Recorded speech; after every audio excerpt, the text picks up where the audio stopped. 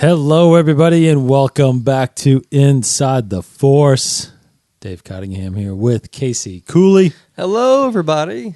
Thanks for joining us. I am back from my travels to Batu. Yeah, welcome back to Earth. Yeah, the re-entry was crazy. We got a lot to go over in this episode. A lot of stuff, obviously, I'll talk about on my trip. We've got a lot of news to hit up as far as Rise of Skywalker goes. New York Comic-Con laid out a bunch of new news and reveals. Triple Force Friday landed that while I was gone. Just a lot of stuff to dive into. But of course, as we've done in the last few weeks, leading up to the movies and whatnot, we do announce what's left. And we've got 69 days until the Rise of Skywalker. Yes. And we've only got 32 days till the Mandalorian. Oh, that is, I'm very excited. Just that and just Disney Plus in general. Disney Plus in general. Day. Yeah, So and complete side note, but it starts making me think, like, should I buy like Toy Story 4 right now or just wait a month? Because isn't it going to be on you're right, Disney Plus? Because I just bought Toy Story 4. Yeah. So I'm like, what? Wait a minute. Yeah, I guess. I don't remember specifically seeing on the list, but I'm sure it will be. Right. Everything is. So yeah, I'm thinking, and then I'm even thinking of Spider-Man. Spider-Man Far From Home just came out too. And I'm like, I don't know if I should just hold off. And so I don't know. But big questions like that are coming. See what's on Disney Plus on the release date on November 12th. So let's dive right in and get going so we can make the most of this episode. The Rise of Skywalker. So, of course, the biggest property and film right now that's coming our way. Now, there's, of course, well, before we get into that, there was a release online. I guess it was the Empire. I think it was the Empire article that revealed a new character. Officially, yeah. The little alien guy. Little alien guy. Babu Frick. Babu. Because it was so weird. I watched the Triple Force Friday. Yes. Live stream. And Anthony kind of he revealed the toy of Babu Frick with the C-3PO toy and kind of said it there. Said like, oh yeah, this is Babu Frick.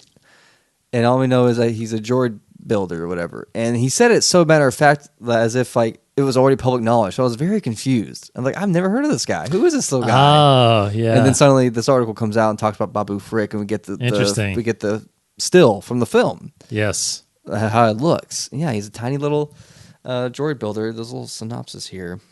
Kind of gives a little blurb about him. Tiny droid smith who works among the spice runners of Kijimi and can reprogram or modify virtually any droid regardless of the security measures protecting its systems. Specifically, I'm sure, C-3PO. C-3PO, right. His protocols. That's what everybody is. Yeah. What if they actually...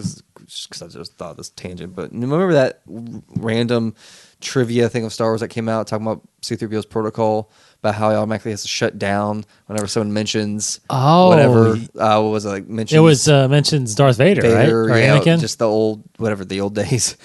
And it was quickly taken off. Interesting. And it had a big crazy uproar about it. Yes. I wonder if they'll like address that. Like he finds that protocol, like, there's a protocol where he has to shut down. Wasn't was that Star Wars that did that? Yeah, it was an official Star Wars trivia. And then they removed it. Yeah. Because it got a lot of... Because people were like, what? People were going about it like a different... They were reading into it in terms of some crazy kind of mental health...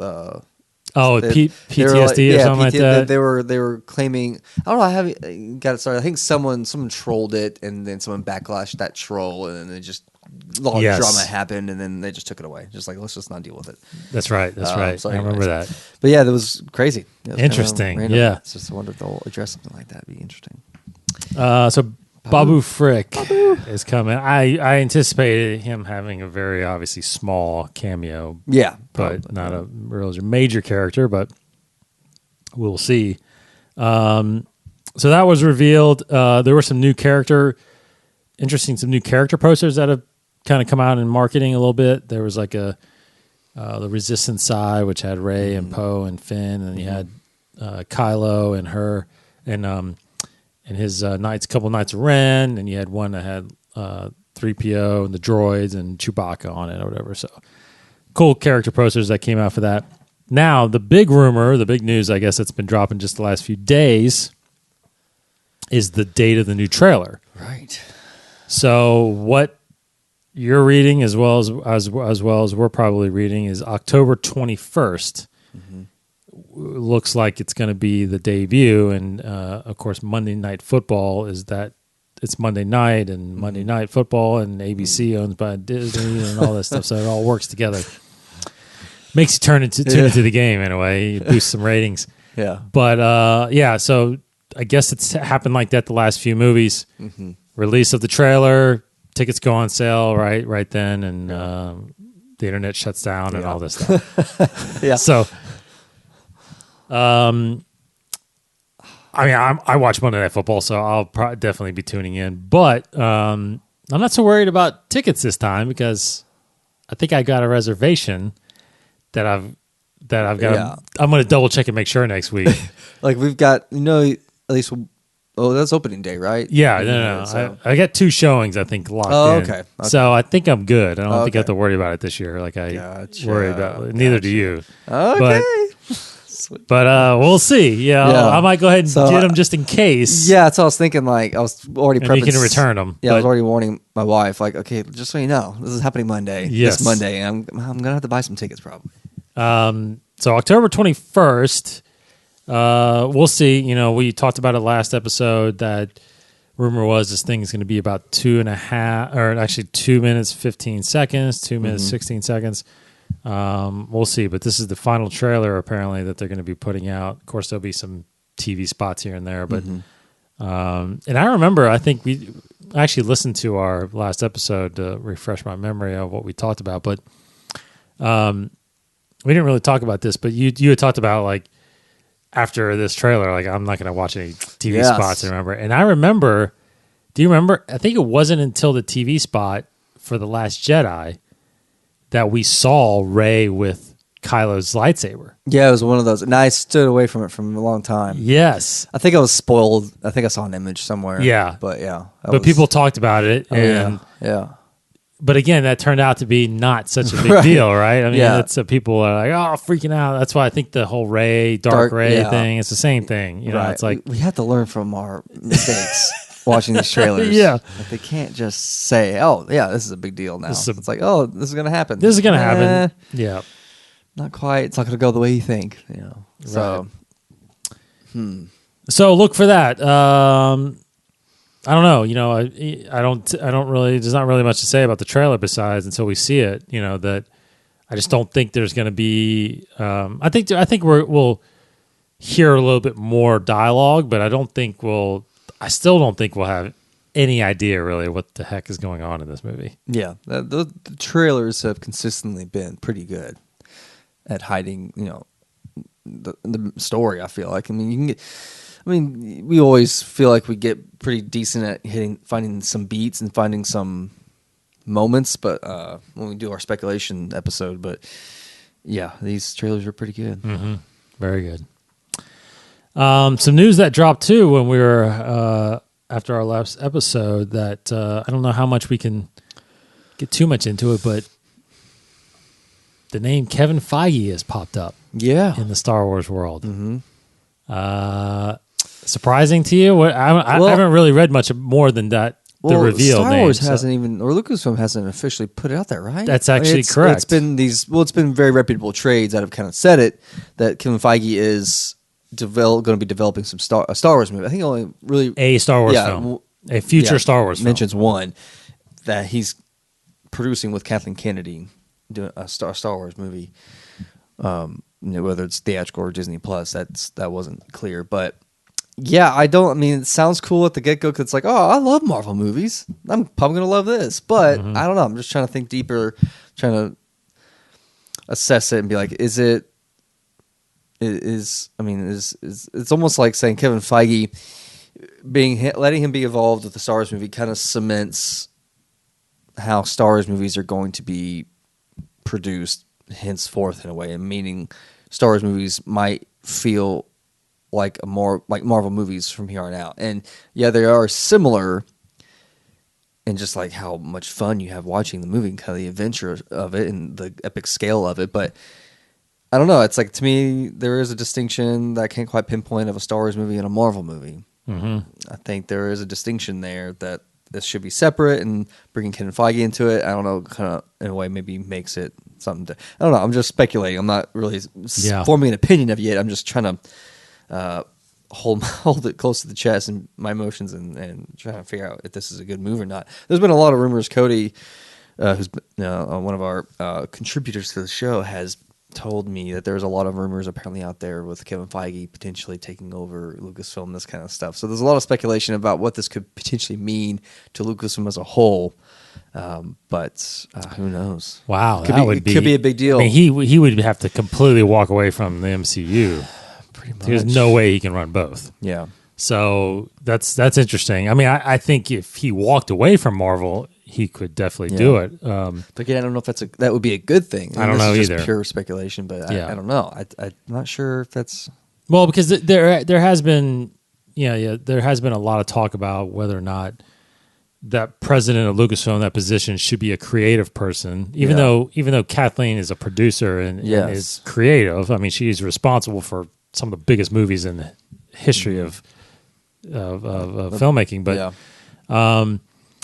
but that's interesting. I don't think that's that. Now, this report came from the Hollywood Reporter, and the only backup we really, at least I can see, is that the Walt Disney Studios co-chair and chief creative officer Alan Horn responded to the reporting, and he says this, quote, "We are excited about the projects Kathy and Lucasfilm team are working on, not only in terms of Star Wars, but also Indiana Jones and reaching into other parts of the company, including Children of Blood and Bone with Emma Watts and Fox." Okay. Whatever that is. With the close of the Skywalker saga, Kathy is pursuing a new era in Star Wars storytelling. And knowing what a diehard fan Kevin is, it made sense for these two extraordinary producers to work on a Star Wars film together.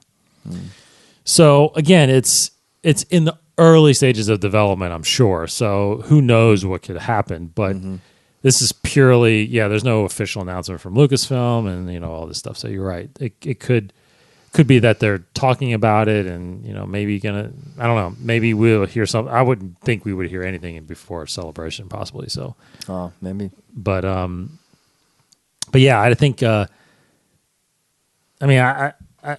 think Kathleen.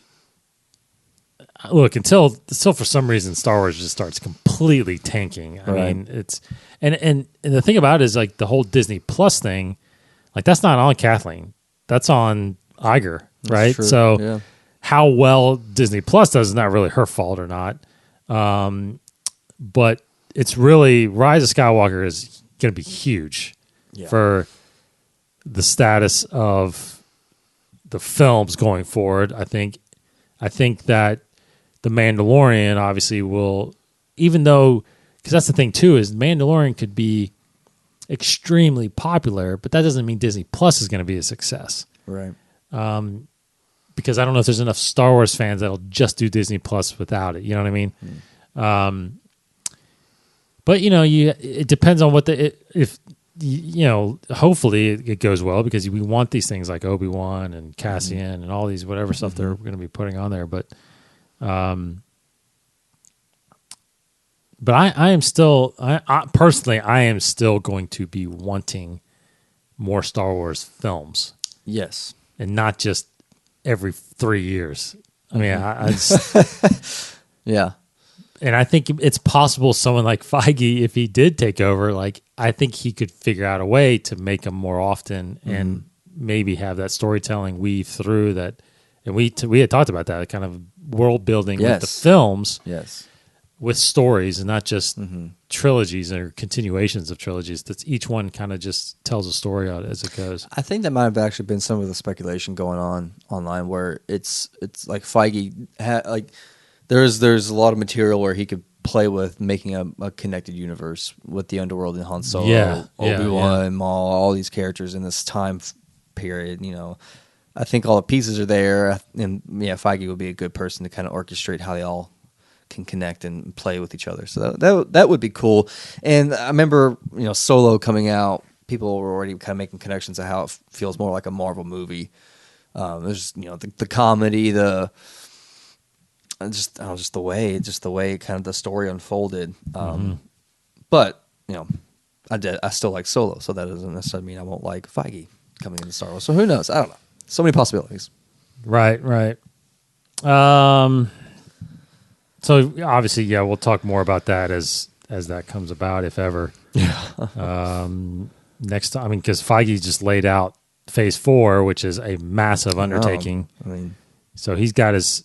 How would he have time to do even one movie of Star Wars? I know, right? Yeah, very much so.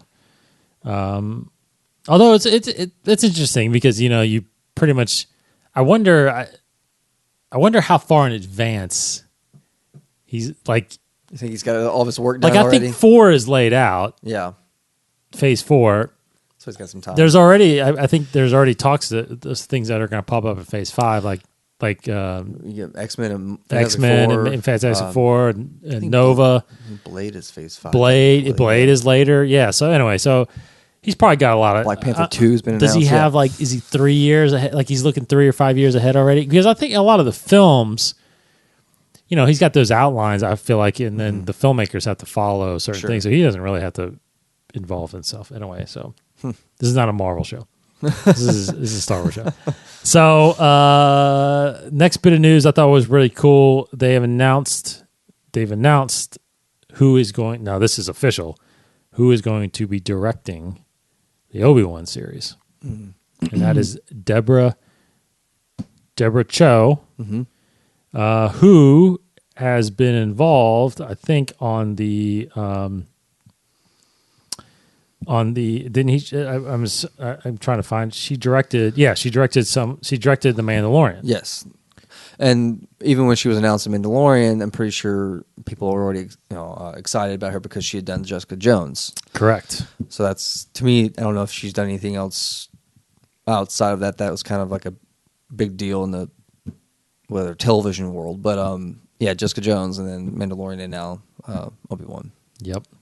It's good. It's good. So she'll helm quick track record. And it sounds like she's helming the entire series. Oh, really? Ooh. Yeah. So the rumor that I read, or the article that I read, they were talking about how this would probably be a shorter series, maybe only 6 episodes or so. And she's going to basically just take over the entire thing and direct the entire thing. Cool.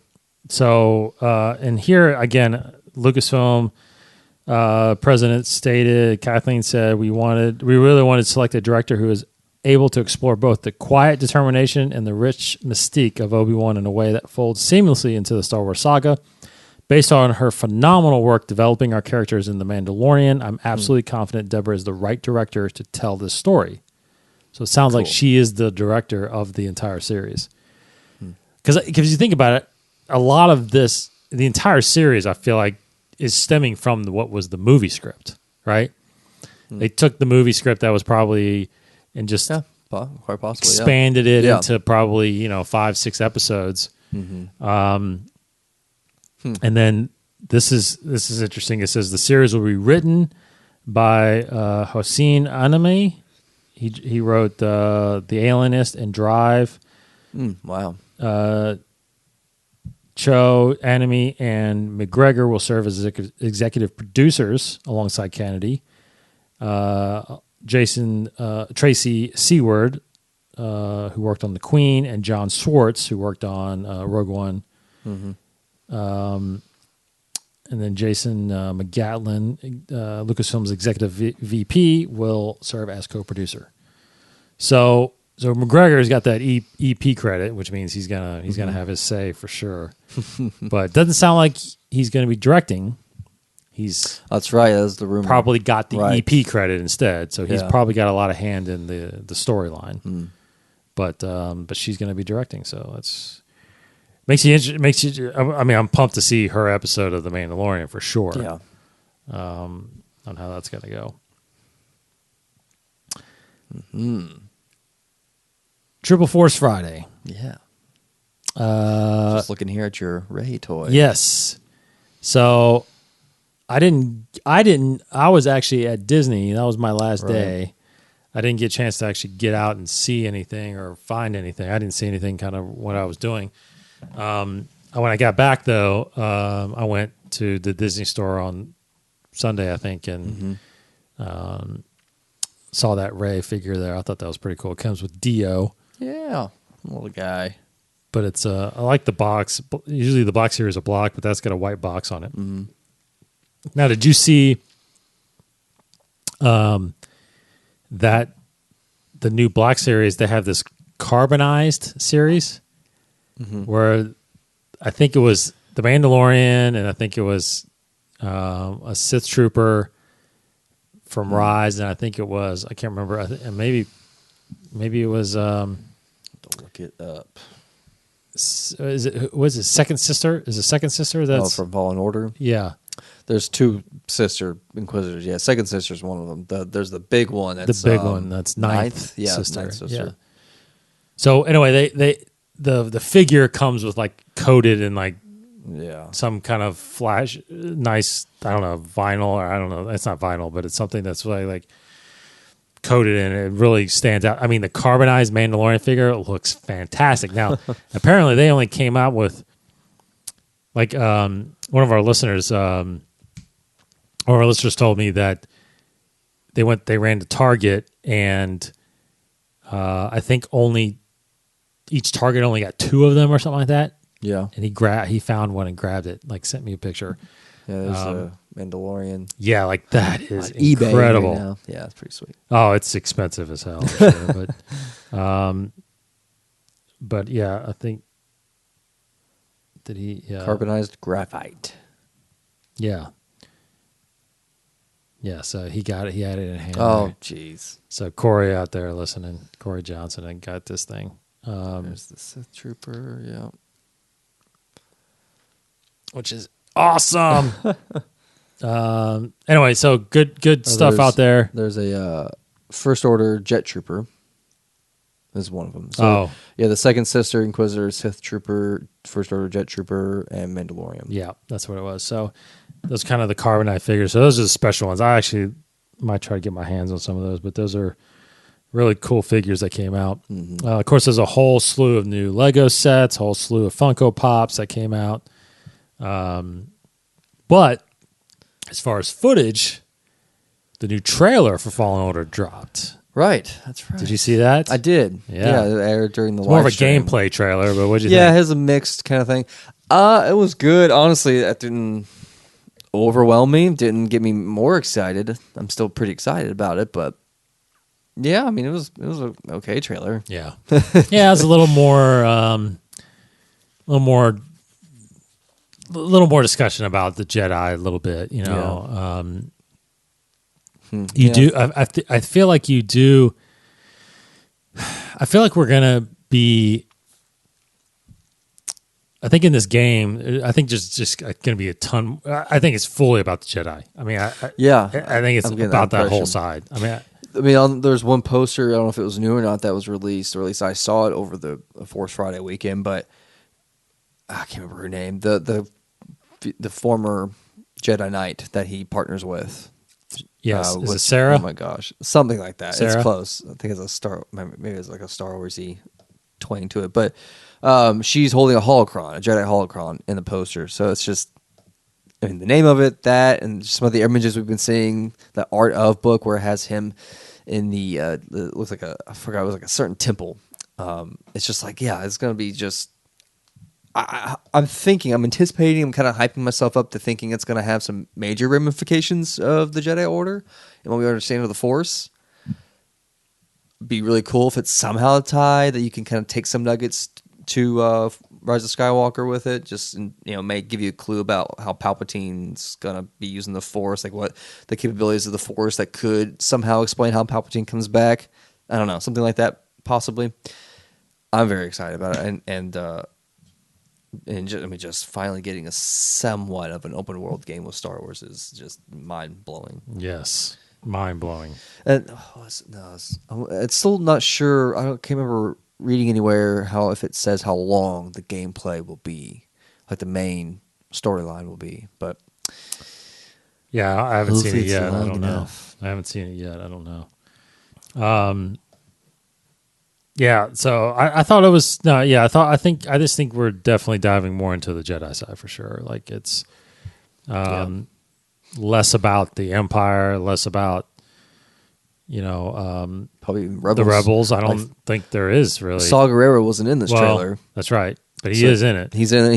He was in the previous trailer and special look. So, but he might not be in it very much. I know. Might be just that first, maybe a couple. And he's missions. still kind of doing his own thing. I don't think he's part of any kind of. There's no alliance yet, right? Yeah. So, yeah.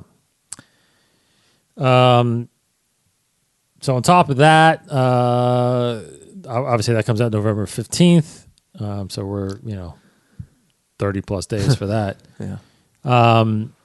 Vader for you got everybody out there with the VR stuff. Vader 2. Right. Vader Immortal Episode 2 came out while we were away. I'm still trying to I'm thinking I might get one of those things. I know. Me too. I told Sarah, like, I rarely ever say what I want for Christmas. I was just like, don't bother. I don't know. But then I kind of very heavily hinted, like, basically saying, I would like to have the Oculus Quest. That'd be pretty cool to have. I think that would be pretty cool. She might not remember it, and that would be a very expensive Christmas present for me because normally my stuff, I don't ever ask for anything, so they give me kind of things I'm somewhat interested in. But,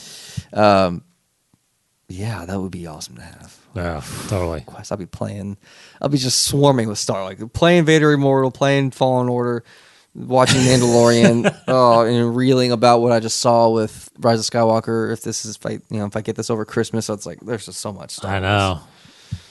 Yeah, no, speaking of releases, Star Wars Resistance had its premiere this past Sunday. Mm-hmm. Season 2, its final season just premiered.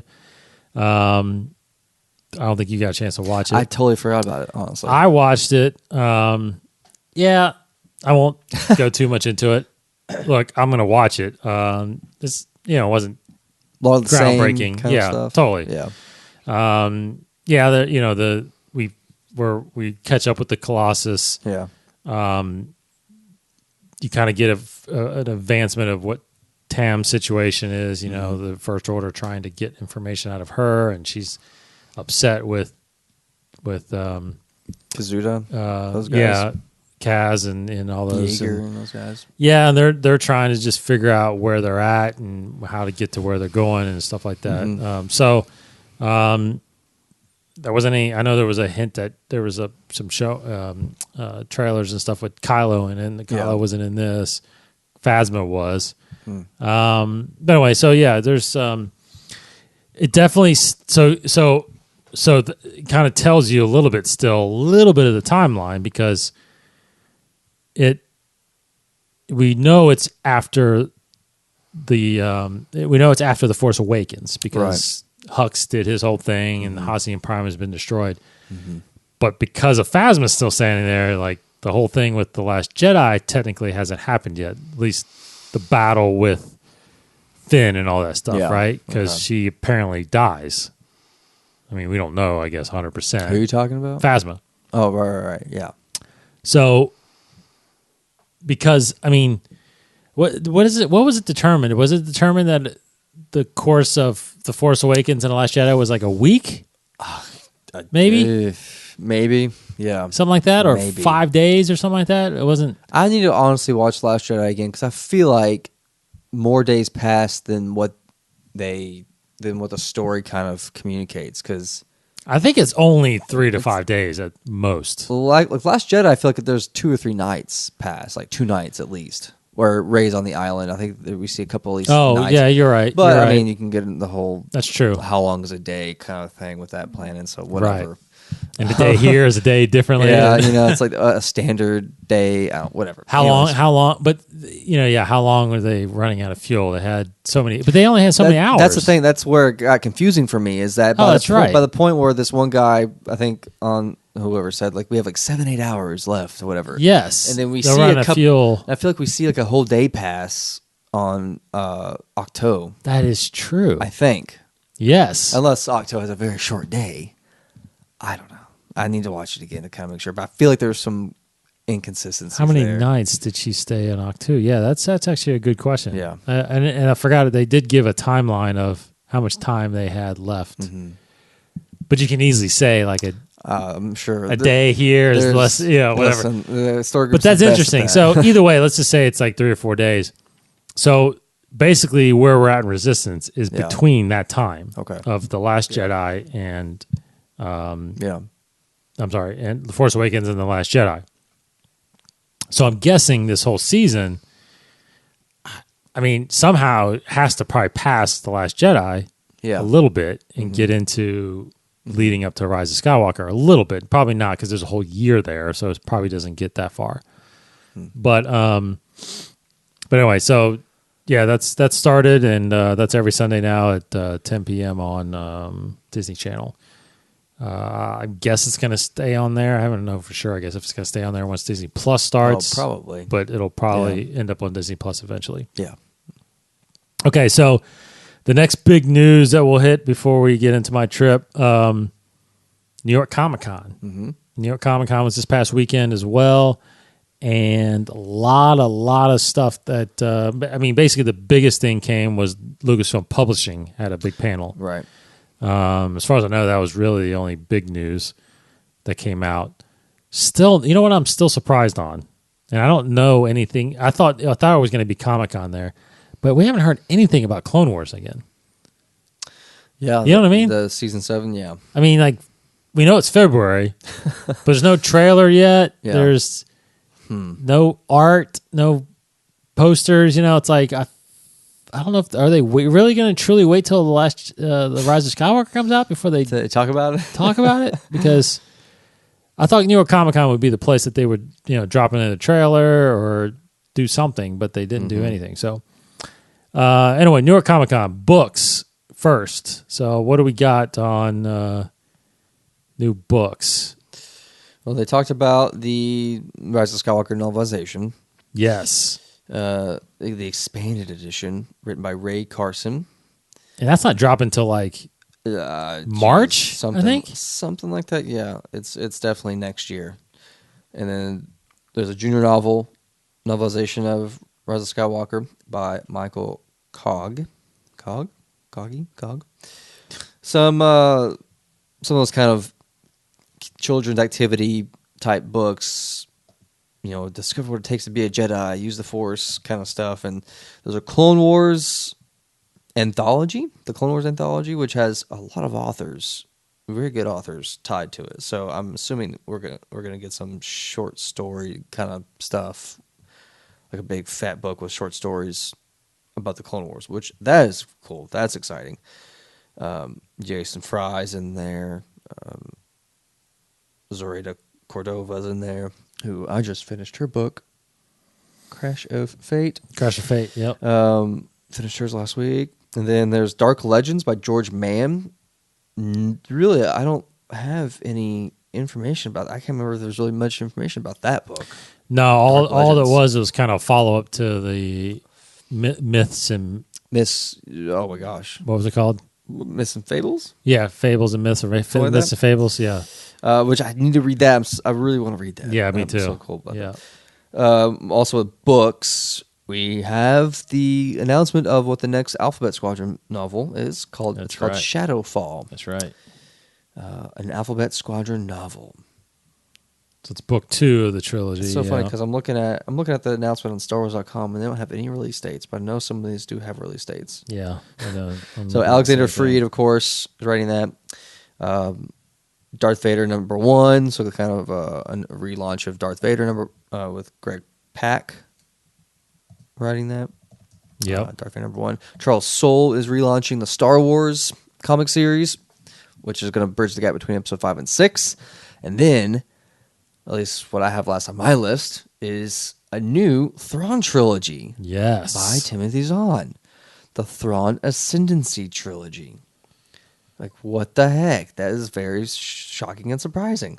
This is actually, though, a prequel to a prequel. This is like, right? This is before he even comes to the Empire. I think so. It's the ascendancy. Yeah. About the Chiss ascendancy. It's cool. I want to know more about the Chiss in this new canon, but I'm like, to me, there's no sense of threat or danger. It's a prequel, so again, it's just the pitfall of a prequel is nothing's going to happen to Thrawn. Anyways, I'm still excited because I love Zahn, I love Thrawn, and a new trilogy. So very exciting to look forward to. I still need to read Thrawn Treason. Haven't done that. And actually, I lied. The last thing is Project Luminous, but yes, they really haven't said anything new about it. So they just kind of, in a way, no, they haven't said anything. It's coming next year sometime. They just reminded people that there's this mysterious thing called Project Luminous. All right, Claudia Gray. Sorry, it's a small font. Claudia Gray, Justina Ireland, Daniel Jose Older, Kevin Scott, and Charles Soule is writing. But actually, a little bit more information. At least I didn't know this. It looks like it's multiple projects. It is under the title Project Luminous. Yes. So you have it's tied with Disney, Lucasfilm Press, Del Rey, IDW, and Marvel. So we're gonna get novels, probably young adult novels, comic books, and whatnot. That's cool.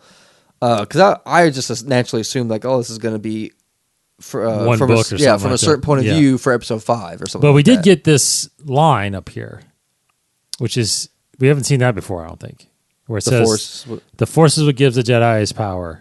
It's an energy field created by all living things until Project Luminous. Yeah, that's pretty mysterious. So what the heck is that? Yeah, I don't know. And it's got the Jedi symbol there, too, underneath Project Luminous. So... yeah, there's a very actually interesting connection that if y'all out there listen to the Living Forest podcast, the guys at UT, they interviewed Kevin Scott, because it was Kevin Scott who did Dooku. Yeah. So, and I would never have picked up on this because, Luminous, we've heard Yoda mention luminous beings and all this stuff, so we just thought, it's just a word they're pulling from canon and attributing to something else. But Dooku, Jedi Lost, references Luminous, and honestly, it's been a while since I should have refreshed my memory, but Luminous in terms of, I think there was some cult. There's like a scene in the book where Dooku gets kidnapped or something like that, and they're like in this cave or whatever, and they reference Luminous somehow, in reference to creature or I'm vaguely remembering that. But and those guys picked up on it, and they asked Kevin Scott about it, and he was very like, "Is there any connection between this and Project Luminous?" And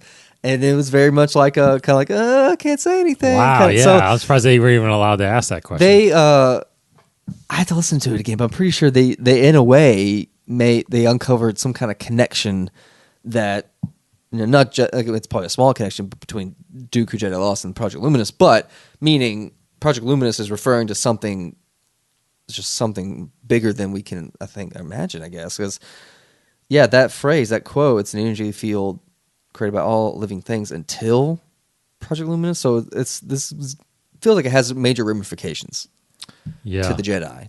Yeah. It's either going back to explain some things or creating something new. Because if you think about it, I mean, all bets are off after Rise of Skywalker comes out. I mean, that ends that whole saga, and we're in even in connection to what you're talking about the comics, like all the current comics right now are ending. Every single one is, Star Wars, Aphra, they're all ending at the end of this year, and then January they get rebooted. So Star Wars #1 is going to come back out again. That's going to be right after Empire Strikes Back. Mm-hmm. You got Vader starting again, which which I think is going to be probably a concurrent series like it did with Star Wars and Vader, the first one. That makes sense, yeah. And then you got Afra coming. I think they announced that Afra is probably going to come back. But all of those are getting rebooted, and it sounds like at least the Vader and Star Wars series are going to fill that gap between Empire and Jedi. Mm-hmm. But, I mean, beyond that, you have whatever this is. I mean, this could be... I mean, part of me feels like this could be beyond the Rise of Skywalker. Yeah. Or it could be, like you said, go even further back. I mean, from the beginnings of the Jedi. Almost like an origin in a way. Almost. It could transcend across time like that. It could be some stories from before, stories from during these movies and books, and then stories after Rise of Skywalker. So it could kind of piece together, like maybe, I mean, this is pure speculation that we're doing here, but like almost like a will, like the wills kind of a thing, like something that stands outside of what's happening, but still at the same time, so it's like the wills that are in a way, or the prophets of the Force, something that's just bigger than what we're seeing in these current stories. These guys could be writing about it. I mean, who knows? Charles Soule, he's the one that's doing everything, doing Star Wars, re-kicking off Star Wars. Yeah. And this, and I feel like it's going to probably then tie into that. I mean, no, I don't know. Right now, I would put my bet on that this takes place kind of the origins of the Jedi. That's what I'm going with. Now, if you remember, I don't know if you remember, but back when I got into comics years ago, there was a series that came out. God, what was it called? It was the beginnings of the origin. I mean, it was the start of the Jedi. This is Legends canon. Yeah, totally Legends now. But I was reading that, and I thought it was interesting. The first discovery of the first temple and the Force and all that stuff, and the creation of the Jedi. So it's like that actually would be pretty crazy if they did something like that. But yeah, there's kind of the old canon where the Sith was a race. That's right. It was a red creature, like a humanoid type creature, but aliens, and they were Sith. So very interesting. Back when it was Korriban, not Morban. That's right. That's right. Yeah. So the Vader series, like we mentioned, though, is getting written by Greg Pak. That's coming back next year, I think in February of 2020. So you mentioned the books. Now the only thing a couple things about the books. I'm almost done with Black Spire, so I'll probably be able to do a review next week on that. Now, if you listen to our previous episode, Eric from the Living Force podcast gave you a review of his. I actually listened to that. Okay. It didn't really spoil anything. He didn't actually spoil too much. He told a little bit about, but I was already so far in. But it's a really good review. I'll give my review next week. I do really like this book. It's done. Plus, after I visited, oh my gosh, Black Spire, it actually makes a lot of sense. It's pretty neat. Now, I usually don't do this, but I went and did this. They released an excerpt from Resistance Reborn. Mm-hmm. Did you read that? No, I kind of read some people's reviews of it, but there's three characters that were revealed in there that were like, whoa, this book could be a big deal. Well, it's not just a big deal, but it is it's bridging what they say. It basically, the article I was reading about it, it's truly bridging different mediums together now. So it's bringing other characters from other mediums into this book. Very cool. So I'll just go ahead and spoil. Yeah. I mean, it's not a spoil because it's out there. But so anyway, the scene is, there's a scene where Leia is, or Poe is coming back from a mission, and he's brought a couple other people with him, right? And the two people he brings back that Leia obviously knows are, let me make sure I get it. Well, from Battlefront. So Shriv. Oh, yes. And Zay. Versio, her daughter. Her daughter. Fantastic. So I don't know how much they're in the book, but they're in this scene. So yeah, so he's Leia has a full conversation with them and talk about a couple things. Now the big thing at the end, which I was reading this, I was like, wait, what? I went back and reread it. So I'll go ahead and read this part, the end part of this excerpt here. So anyway, they're talking about people that are missing and all this stuff. And here's a quote from Zay. It says, "The First Order most likely, if we know about these potential allies, so do they. They're just getting to them first." And then it goes on. It says, "They had reached the edge of the ramp to the transport shuttle. A motley group of people were gathered there. Leia spotted Charth's two children moving among the crowd, offering hot towels and pouring pitchers of water into clay cups so the newcomers could refresh themselves. There was a low hum of chatter among the group that broke off as Leia approached. A man separated from the small crowd, and Leia's brows raised in disbelief." You're gonna go crazy when I say this. "This is," Zay began. "I know who it is," Leia murmured. "General Riken." Oh, wow. That's pretty cool. Wow is right. Like, wait, was I mean, that's like years. I thought he died. Like, how old is this guy? I thought he died, though. Wow. He survived Hoth, right? Yeah. Gosh, I thought. But that's Hoth. That's like crazy. We never heard about him like 100? in Return of the Jedi. Yeah, that's pretty. We don't know where he was, but that's 34 years, right? Something like that. 30, yeah, 30, 31, about 35 years. Yeah, from Empire. Jeez. So he's like 80 something. I mean, I don't know. That's cool, man. I mean, General Riken is in the book. So anyway, yeah, I thought that was really cool. I was like, man, wow, I that is freaking I did not expect that because I fantastic. totally thought he was not around. But yeah, very cool. Yeah, General Riken. So big announcements from Comic-Con regarding the and I feel like last few years there's always been big publishing announcements at New York Comic-Con for some reason. But yeah, like you said, I'm a little bummed that the Skywalker adaptation is coming months after the movie. Because I usually like listening to the book versions. But I get it, I get it that they want the movie coming out and they don't want to. I guess there's a couple things different that are in each book. They call it expanded, so I'll have some new scenes. Right. Okay, so I guess I can talk about my experience here as we wrap up here. And begin.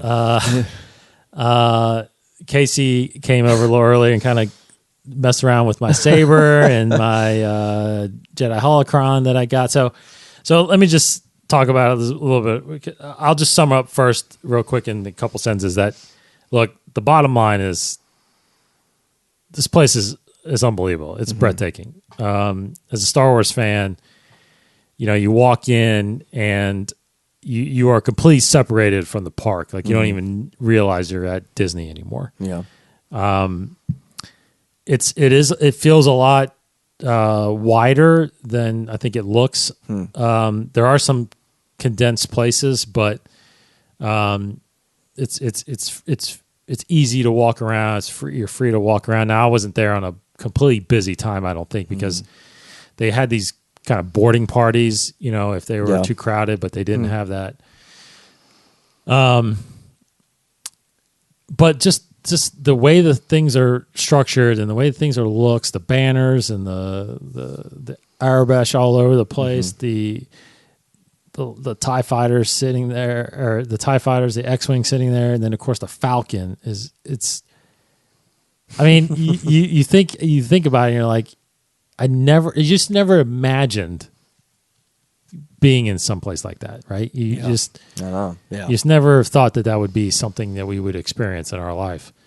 So the first day I get there, it's funny because I get there at we fly in that Saturday morning, and we end up at Hollywood Studios around 1:30. Mm-hmm. But we have fast passes scheduled for other, so we did like Indiana Jones. We did, which that was the first time I'd done that. That's awesome. Oh yeah, yeah. We did, Toy Story Mania where we're shooting stuff. Then I think we did maybe some Little Mermaid thing or something like that with the kids. But I didn't get till after, so we had dinner reservations at like 4:30 or 5 o'clock. It wasn't until after that we were like, okay, now I'm going to Black Spire. So I was there like for 5 hours. I hadn't even gone yet. Oh my gosh. So we're walking there. We walk in, and I have my lightsabers scheduled at 7. So we have a chance to go in there for a couple hours and just really like look around. And I didn't get on the Falcon yet. The line was crazy, and but just walking around, and it's getting dark. So like the sunset. Man. It's like picturesque. It's freaking incredible. I couldn't believe it. And first off, the cast is crazy good. I mean, there's First Order stormtroopers walking around. There's cast members are all into it. So anyway, I just basically taking a lot of pictures and seeing a bunch of stuff. Then my saber thing comes. Now, unfortunately, about the saber thing, I thought that because I'm there with my wife and 2 daughters, I figured all of us could come in, but they only let one observer come in. So I let Sam, the oldest one, come with me. And she actually, and Sam, she's kind of been hesitant, I guess, on liking Star Wars, because Dad's a big geek about it. But she's slowly been getting it, and she was blown away by this place, So we go into Savi's workshop, and she's right in front, just taking it all in. What's cool is they give you a pin, and where, you know what? I'm trying to think of where did I the Rebel pin? I thought I saw a Rebel. No, pin not that pin. That's something else. They give you a pin. I'll have to find out where that is. What did I do with that? So they give me a pin, and each person gets a different pin, which is pretty cool. And there's only a certain amount of people that fit around the table there. And then you walk in, and I thought I was under the impression, for some reason I was under the impression that you go and kind of pick your pieces and then go into this room and build it. But you actually go right into this room, and there's 4 different categories of saber you can build. And I was going to bring it up, but I forgot. But we picked the one. It was called, I think it was something Peace and Justice or something like that. Guardian one, maybe. Or I keep because Knights of the Republic used to have those categories. It was like Guardian, Counselor, Protector. I don't know, there's like different ones of like attacking, or you peace, or you more academic or whatever. So I don't know if they would kind of carry over like that. I think it's something like that. Let me see if I can just get someone's got to sure they have a picture of it. Yeah. So, okay. So the 4 categories are, oh, dang it. I just had it. The 4 categories are, give me 1 second. So it says it's elemental nature is one. Okay. So protection and defense is one, power and control, and then peace and justice. Yeah. So those are the 4 types of sabers. And basically the type of group you pick, you have to pick that right from the beginning. Yeah. That kind of lends itself to the type of saber you kind of build it from, right? Your pool of pieces. Your pool of pieces. Yeah. So like the power and control one, those look more like Sith sabers. They're like dark grays and blacks. And then you have your protection and defense, elemental nature, and then you have your peace and justice. Now, I will say, because I'm looking at this picture here that has the parts on it, so it looks like they have changed. No, maybe not. Because I picked protection and defense, and those pieces aren't the ones in this picture. The pieces aren't the ones that I have. So it looks like they might rotate them out. So that truly is the uniqueness of the. Because I was a little worried there that after a while I was like, this. I don't have that many options. So like people could build my saber right? But according to this, no, it looks like there's actually That's cool. yeah, because those pieces That's awesome. yeah, those pieces I didn't have a couple of those pieces there. Anyway, so they bring this tray out based on that, and you can pick. You have your inside hilt, and then you have like two. You can pick 2 of 4 things to kind of slide on and lock it. You have 2 different parts that go around the crystal. You basically have your inside, which everybody has the same inside. Inside and handles. You're covering it with different pieces to kind of build your unique look. That's right. Yeah. That's right. Before, so the first thing I got to mention this, but when you put your tray out, there was a woman there at the time that was kind of explaining the whole ceremony, and she worked. You know, she's a cast member, so in world. Oh man, she's phenomenal, and she talks about how it's picking your crystal. Now, this part we had talked about. Canon, you know, the crystal's not colored, right? So that's fine. Like, excuse me. Yeah, I almost said something. No, let me just step aside. Okay, here's how it is. Yeah, I almost said something. I was like, you know what? I'll let her have her moment. That's fine. Wrong. Yeah, but you can pick red, green, blue, or purple. Okay. Yeah. The yellow, if people are wondering, yellow and white you can actually purchase. But those 4 crystals. So what's really neat is I'm sitting there videoing this whole thing, standing behind Sam, and Sam, my daughter, is, you know, again, she likes Star Wars, I'm sure, but she's not a diehard, which I can't tell. But anyway, the proudest thing for me, to be honest, like, so she starts, the woman starts talking about crystals and picking her crystals. She says the lights kind of get dimmed, you know, and she goes, all right, now I want everybody to close their eyes, and I want them to visualize and have that kyber crystal like call to you. Yeah. And Sam closes her eyes, and she's like talking to herself. I'm videoing her talking to herself. That's cool. And I start bawling. Yeah. I start crying. Like, yeah. That's that baby girl. She's growing up. I mean, I couldn't. Yeah. I couldn't hold myself. Wow. And so I was so into it, man. And that's cool. She was. And then you literally start building this thing, and I'm helping her put this thing together. She's really, you know, putting the crystal in, and so she picked green, which I thought was a good. We both kind of decided green would look good with this because I think protection and protection is like green. Cool. So she puts it in there and hooks it all up, and then there's like this. You can tell it's like this cylinder casing next to you where the person behind you kind of helps grabs it and inserts the saber there, and that's where your blade is. Yeah. So it's pretty cool. There's a whole thing, and then Yoda comes on and says something, and then the thing opens up, and then you got your saber and the blade. Everybody kind of turns them on. It's really, truly the coolest freaking thing. Yeah. Like the whole experience there, I will say that by far building the saber is by far the best. Sounds like they really captured what it could be like put you in Luke's shoes, like any. Yes, like you actually feel like you're building a real lightsaber. You're becoming a Jedi. Like it actually puts you in that mindset. Yes, it seems like. And you look around, and I want to say there's probably a dozen people around this thing. You can look around. I mean, everyone was so thrilled and so excited, and the person next to us was like, "I cannot believe I got my own saber." I mean, because it's one thing to go buy these Black Series sabers but to build your own, like that is something. I remember, I was in middle school. Maybe there was a new lightsaber they put out where you can customize it, but you buy it with all the pieces in a box. Oh, and you can from the pieces in the box you can kind of build, but it's all plastic. It's very much still like the old type of lightsaber. Yeah, it's just a unique.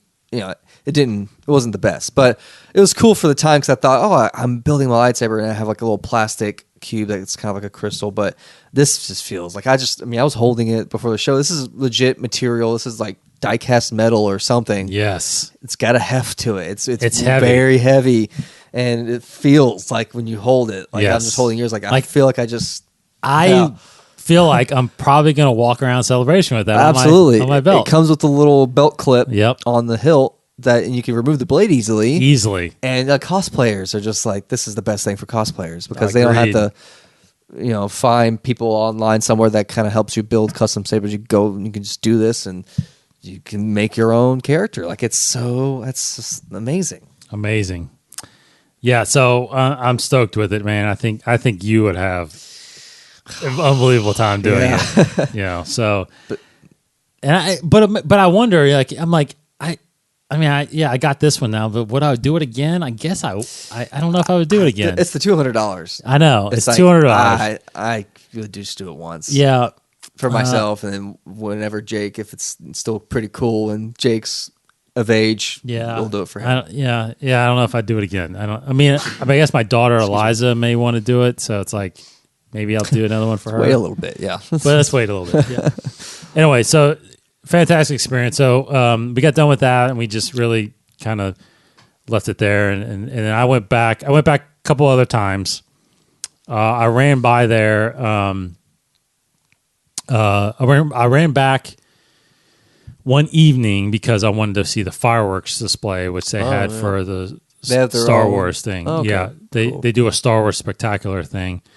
It was the same, except the end is different. Every year they add some stuff from the movies, sure. The previous movie and stuff like that. So they had some solo stuff in there that I hadn't seen, and then at the end they kind of did the all the run through the movies.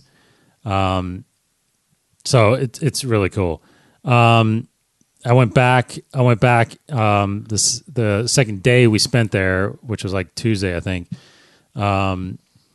We finally went ahead and got in line real fast for the Falcon. Yeah. Because it was down to like 35, 40 minutes, cool. And we kind of went through it. So the coolest thing about that was, so most people, I'm telling you, probably research this, but anyway, it's a 6-person cockpit. Yeah. You go through what's cool is you go around lines around the Falcon and get behind it. You can take pictures of it and stuff like that. And then you get into this room where Hondo kind of explains what's going on. And he basically explains. So that's part of the way I didn't know. So Hondo is basically running this part of the transport part. Yes. Yeah. Yeah. So he's not physically on the Falcon, and he's not piloting the Falcon. So while you're there and this is happening, Chewie comes with the Falcon. Oh, wow. And lands.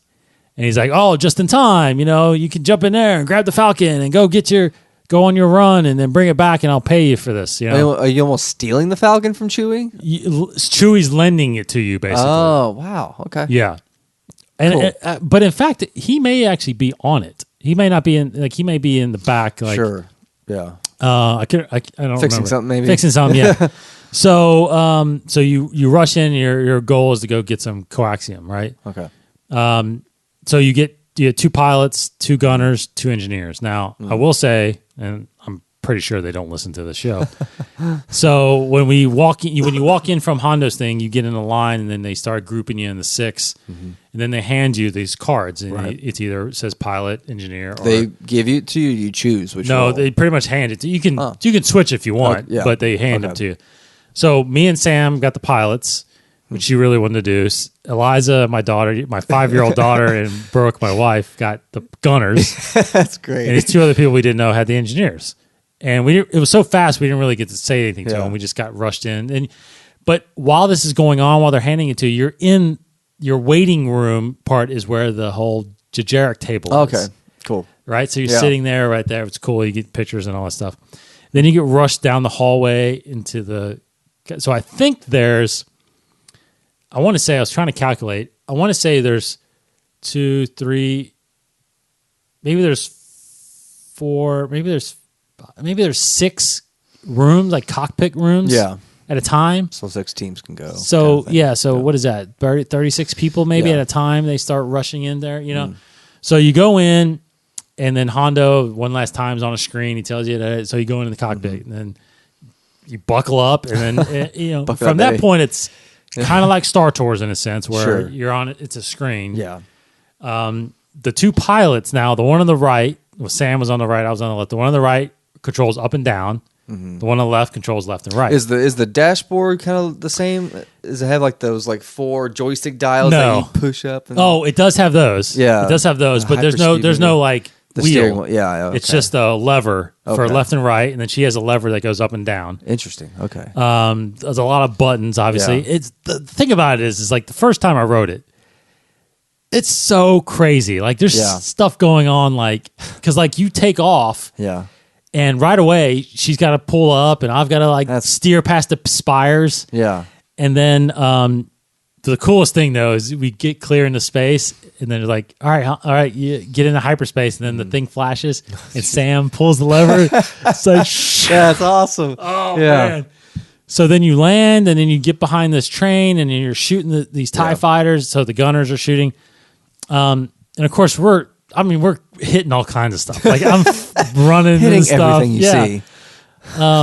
But it's so crazy. Like there's so much action going on. Like if this was real, I'm just saying, if this is real, like in real Star Wars, like you have to have shields, or else you would just get destroyed like crazy. Yeah. Anyway, so you're doing this, you get through this damage. So I will say again, what I was saying is that the engineers, the reason why, I know they don't say anything because I'm going to be a little disparaging here, but we get off the thing and like, it calculates your damage, and then you get your points, and anyway, there's a side app. There's a Disney Play app you can do while you're at the park. And in Black Spire, there's got all these missions you can do. That's what Sam was really, you can spend hours of days in there doing all these things. Like, cool. You can go around and scan these storage cases there and tell you what's inside of them. You can do these missions for Resistance or the First Order. You can, there's droids hanging on the wall. You can like hack into them, and they'll start doing sounds and shit. Cool. It's pretty crazy. Yeah. So anyway, you can do this ride, and based on your performance, Hondo will give you credits that are added to the app. So anyway, we had really bad damage to our credits. So we get off the ride, and Brooke's like, I'm like, what? Because all I know is that the engineers are supposed to be repairing the ship. Yeah. And I said, so what's the engineers? What are they doing? Did they press buttons back there? And Brooke's like, they literally just sat there and watched. Oh, shit. They didn't fix anything. They didn't press anything. They didn't touch anything. Yeah. They didn't say anything. And I was like, really? I was like, man, if we ever ride that thing again, I'm going to be an engineer because I want to fix things, and I want to get a better look at what's going on. So we didn't know if we were going to ride it again. But anyway, so we then, real quick, we then tried at that point we tried blue milk, green milk. I got a Ronto wrap at Ronto Roasters. It's that, which is fantastic. We tried a couple other things. I got a Diet Coke bottle from the, little, looks like a detonator, thermal detonator. Still tastes like Diet Coke. Yeah. We just started we looked on the market. I bought some chance cubes. Yes. The one thing I didn't get, which I asked the guy, I asked him for Sabacc deck. Yeah. They're like, sorry, we sell out those things right away. That's insane. I was like, are you going to get any more? He's like, well, just depends on if Hondo has a storage a shipment coming in or not. Funny. I'm like, dang. but seriously. I was like, but seriously, when do these come in? When's the trip pulling? So I wanted a Sabacc deck, couldn't get the Sabacc deck. Found my holocron. Actually, I didn't get the holocron till the next time. So anyway, we left the last day before we left. We left on a Friday night. We ended up going really early Friday morning because they did have magic hours. The whole time they had magic hours from 6 to 9 at Hollywood Studios. So we ended up getting there about 7:30, 8 o'clock. In the morning. And before 9 o'clock it opened. Right. So things were kind of low. So we ended up getting on the Falcon again. Sweet. And we met these two black women, a mother and a daughter. They ended up getting the engineer ones. And I said, hey, by the way, do one of you want to pilot? And the mom was like, I want to pilot. I want to pilot. Sweet. So we switched. I got to be in the engineer side this time. So, so totally different experience. I was able to video this. I'll show you after I videoed it. And yes, whenever there's damage, there's buttons you have to hit. You hit a combination buttons, and then you're restored. Yeah. You're repaired. And I'm like, oh my gosh, this is so easy. And then of course the gunning part, Eliza's in there just shooting, hitting the button. It's so cool.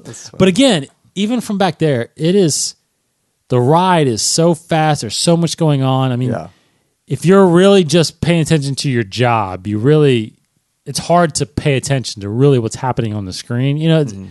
So you do have to do it a few times to kind of get the whole experience. But it's a good ride. It's really good. I will say, as a pilot, towards the end, I started getting a little motion sickness. Oh, yeah. So people that have motion sickness, you maybe. Right. But in the engineer, because I'm looking at my panel, looking up, I was completely fine. Yeah. No worries. So that's the day I ran to the store real fast. I got I bought a yellow crystal. I bought a holocron. I didn't splurge because I could have got the Sith holocron. gosh, I didn't yes. want to. I could have got more crystals. I was like, I got to buy something when I come back. So I was like, Yeah. I got to wait. I can't buy everything right now. Yeah. Oh, we ended up building droids that morning. Yeah. So that morning, we went to the droid depot, and of course, I had a reservation. I can bring both my daughters this time. Of course, we get up to the desk, and they're like, how many droids are we building? I was like, oh, I thought I could only build one. It's like, no, you can build. And I looked at both my daughters. Of course, I knew they would start fighting if I like I'm building two. So they each build a droid. They both wanted BB units. You can do a BB unit or an R2 unit. And Sam wanted kind of a purplish, so she picked hers, named it BB-21, and then my daughter, Eliza, my youngest, wanted the black and white one, so she did that one, and BB-22. And so they're actually really cool. I mean, it's really neat, too, how they build it. You literally put it together in front of them. They help you put it together, then they activate it. They kind of set it up. They activate it. They put a chip in. It's just a really cool process. Then you actually take it outside and you test it. Mm-hmm. You're rolling it around, and it's interacting with the surroundings and the other droids, and it's pretty neat. So I will go when I do go back next year. I will build, just because I want to have an R2 unit version, Right, and have the R2 unit version of it. There's gonna be a lot of those rolling around in Celebration. I know. Oh, that's right. It's gonna be everywhere. It comes, you can do the whole package and get the That's cool backpack bag, and stuff like that. So, my daughters are happy they got their own droids. So, yeah, again, overall, walking around that place. Now, the really cool thing, too, is walking in that morning. Mm-hmm. It's a really neat treat because they have, when we were walking in, when you walk in the left side, which is the Resistance side, where the X-Wing is. Okay. The Rise of the Resistance ride will be right there. Yeah. There's an A-Wing sitting there. So anyway, there's a little thing going on where we walked in, and there's Chewbacca standing there. Sweet. With a Resistance soldier, and they're like messing around with this moisture evaporator thing. And then all of a sudden we look up, and Rey is over there by the X-Wing. Yeah. And there's like smoke coming out of it, so they walk over there. They're trying to fix it. Funny. So it's like a thing. I mean, they're like living out the situation, right? Which is really cool because they're not paying attention really to anybody. They don't stop for pictures and stuff like that. They're doing their thing. Yeah, they're not. So you're able to take pictures of them, but they don't stop and like pose with you. It's not like they're characters. Like they're living. It's in this Rey world. And Chewbacca. Yeah. And then, of course, Kylo's walking around. First Order troopers are walking around. They're interrogating people and stuff like that. Now, the big thing, which is really cool, tying back to Black Spire, Vi Marathi, the character from the book, she's walking around. So the first night we're there, that Saturday night, we're literally getting ready to leave. And here comes Vi. And I happened to just say, kind of out loud, I was like, hey, it's Vi Marathi. Yeah. And she immediately turned around, looked at us, and she grabs Sam by the arm and pulls her over to the side and just starts recruiting her. That's awesome. She's like, "So, are you with the Resistance? Are you loyal to the?" And Sam's like, "Yes." and I happened to hear him a little bit, and then I said, "Vi," because I was holding the saber. I was like, "Vi." She built a saber at Savi's. Yeah. She's like, "Oh, so you're familiar with the Jedi?" And you're familiar. And it's because in the book she's working. Yeah, in the book she works for Savi, and she's starting to learn the Jedi lores and all this stuff, and what Savi's collecting and all this stuff. So Savi's loyal to Resistance, and not maybe the Resistance, but against the dark side. Sure. So anyway, she's all into it, and we walked away, and she's like, "Oh my God, that was Vi." Yeah, I was talking to Vi. So that's awesome. So anyway, but it's cool because throughout the times that we saw Vi walking around in other days, there's times when she's walking and all of a sudden the First Order's coming, like she ducks and runs, and hides behind people. I mean, it's so cool. It's so cool. I mean, now you had talked or found out that was it Comic-Con that was revealed that this takes place like 6 months. It takes place in a day, but it's like halfway between Jedi and Skywalker. I don't know if it was during a comment. I saw it in a tweet. Oh, okay. Matt Martin, was a tweet. That's right. I think Matt Martin was talking about it. I think it was Matt Martin. I think he said something along the lines of, this. The way I was reading it, the tweet was reading as if, kind of the events you're experiencing in the park takes place in a day. Like it's basically it feels like it's leading up to the Rise of Resistance battle. Yes. So everything that you were just saying you're experiencing with Vi, with Rey and those guys, it's like it's just you're really living the same day. Yes, basically. that's right. It's reliving. It's Truman Show until Rise of Resistance happens, and then maybe they'll do something after that. They'll have Rise of Resistance for a while, then maybe they'll try something new. But that is how it felt like. That it's all leading up to that. I totally agree with that. I think that's Black Spire. I haven't finished it yet, but I thought it took place. Yeah, I thought I read it took in the beginning. It took place about 4 or 5 months after The Last Jedi. Yeah, but I'm curious as I get to the end. Does it lead to this battle that's going to happen? Well, that would be interesting to see because honestly, the way Crash of Fate ended feels like that led up to the Rise of Resistance battle as well. Right. But I think Crash of Fate is almost along the same timeline as Black Spire because the events in Crash of Fate, they reference Hosnian Prime. So it's kind of like Star Wars Resistance where it's like probably shortly after Force Awakens / Last Jedi. Yeah. And it doesn't take place over years. Crash of Fate takes place maybe like in a week or two. So it kind of feels like, it's in the very end of that book, there's like a glimpse of a battle. Now we had briefly talked because I'm starting to think that the Rise of Resistance ride. Mm-hmm. I'm starting to think that it's intentionally not being open yet. Mm-hmm. Not that it's not ready. It's going to open before the movie comes out. It is, but you got to think there's premieres around that time, so the movie will be out by then.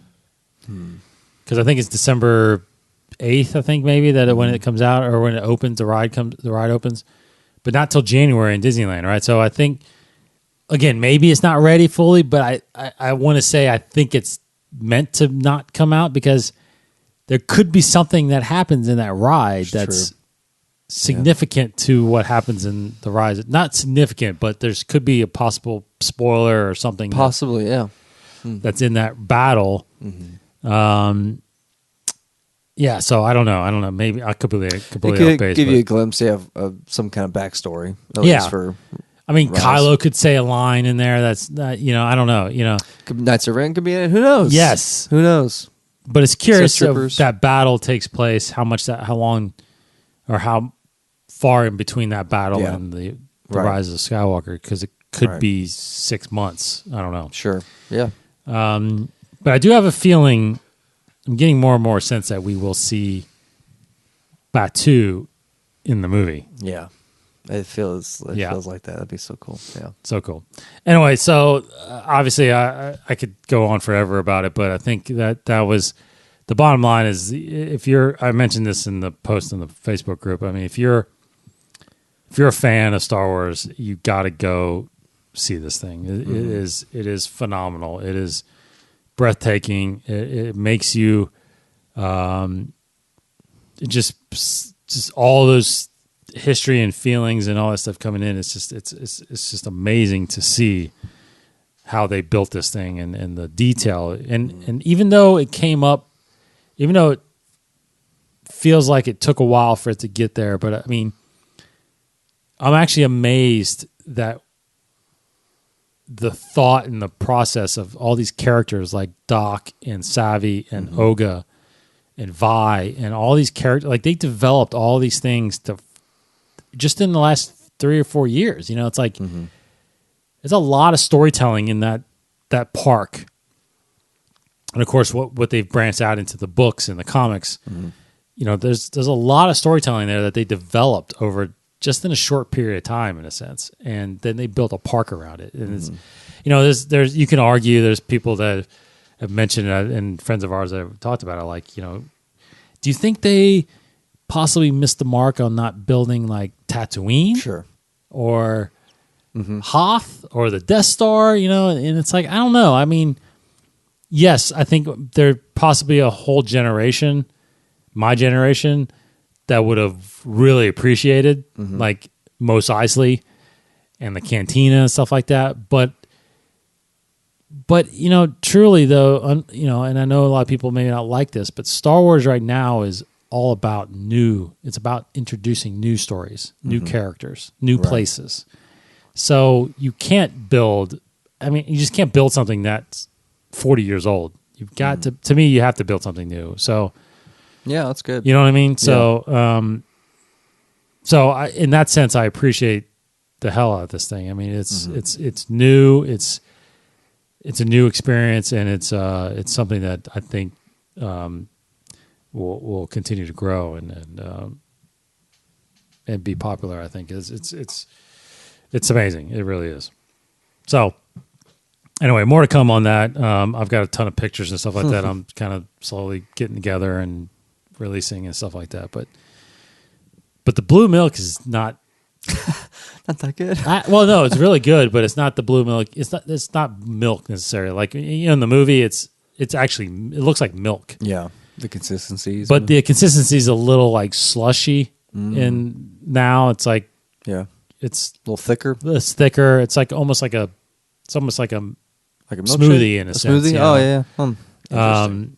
So it's not like you can't necessarily pour it because they just kind of out of the thing. Okay. But the blue is more kind of fruity and coconut, and then I think they both have coconut, but more fruity, and then the green is more citrusy. Okay. But they're both pretty good. I thought they were both pretty good. But I prefer the blue. Okay, so anyway, that's me rambling for about 20 minutes on that. Thanks, everybody, for listening. Thanks, everybody. Of course, our Facebook group is out there, facebook.com/group/Inside the Force. Go and join that. Now, I did mention to some of you out there about the group that the new podcast, we mentioned that last episode. Right. The new podcast, the Mandalore podcast. I want to keep plugging that. That's going to be starting when the Mandalorian comes out. I think I listened to the episode last week. I failed to mention his name. Martin Donison is his name. That's starting the show. He's out there already doing some podcasts. You want to look him up. Martin Donison. He's doing. If you're in the DC shows, he's doing an Arrow Squad podcast and a Legends podcast and stuff like that. So go check that out. Go join his Facebook group, the Mandalore Podcast, if you want to follow that. And then the Resistance Reborn book I mentioned with Riken, that comes out November 5th. Go check out, I keep forgetting to plug them because we need to, utini.com if you want to know everything about the Expanding Universe books. I mean, they've got a great site on there. Yeah. All the timelines. They've got suggestions on what you should read. Go check that out. Okay. What else? Is that it? That's a lot. That is a lot. To digest. Yeah. A lot to digest. I'm sure next week we'll dive in some more, and then of course the week after that, I'm assuming hopefully we'll have a trailer by then. Yes. So we'll break that down. But thanks everybody for listening and hanging with us. InsideTheForce.com if you want to follow us there and check out us out and subscribe to any and all platforms you can on the podcast circuit. So, real quick side note, I just remembered. So I'm wearing my Inside the Force T-shirt, hologram shirt, when I go and make my saber. So I go up to the counter, and the guy behind the counter looks at my shirt and goes, "That's a really cool shirt. Where can one find something like that?" I said, "Actually, it's mine. We make it. It's a Star Wars podcast that I do." He's like, "Podcast? I'm not familiar with what a podcast is." Yeah. I said, It's an audio transmission that we do, over the HoloNet. And he goes, yes. What is interesting? Oh my He goes, what would this audio transmission be called? And I said, it's called Inside the Force. He's like, I will look that up. So I was thinking you were gonna have to just go ahead and explain it to him as if he doesn't know what a podcast is. No. What's Star Wars? What is Well, I said audio transmission. Yeah, He's like, exactly. I get that. That's so great. So I love it's it. like, so I could find that over the HoloNets. What is it called? And I said, Inside the Force. He's like, I will look that up. So I was like, hopefully you looked it up. So thanks. That's great. Savi's worker Yeah. over there. I didn't get his name. That's awesome. But anyway, it's cool. All right. Hit us up if you have any questions. Thanks everybody for listening. He's Kryptonian113 on Twitter. I'm DCottingham21 on Twitter. Of course, Inside the Force. Follow us there. He's Case Cooley. Goodbye, everybody. I'm Dave Cottingham. See you guys next week. Thanks for listening. May the Force be with you.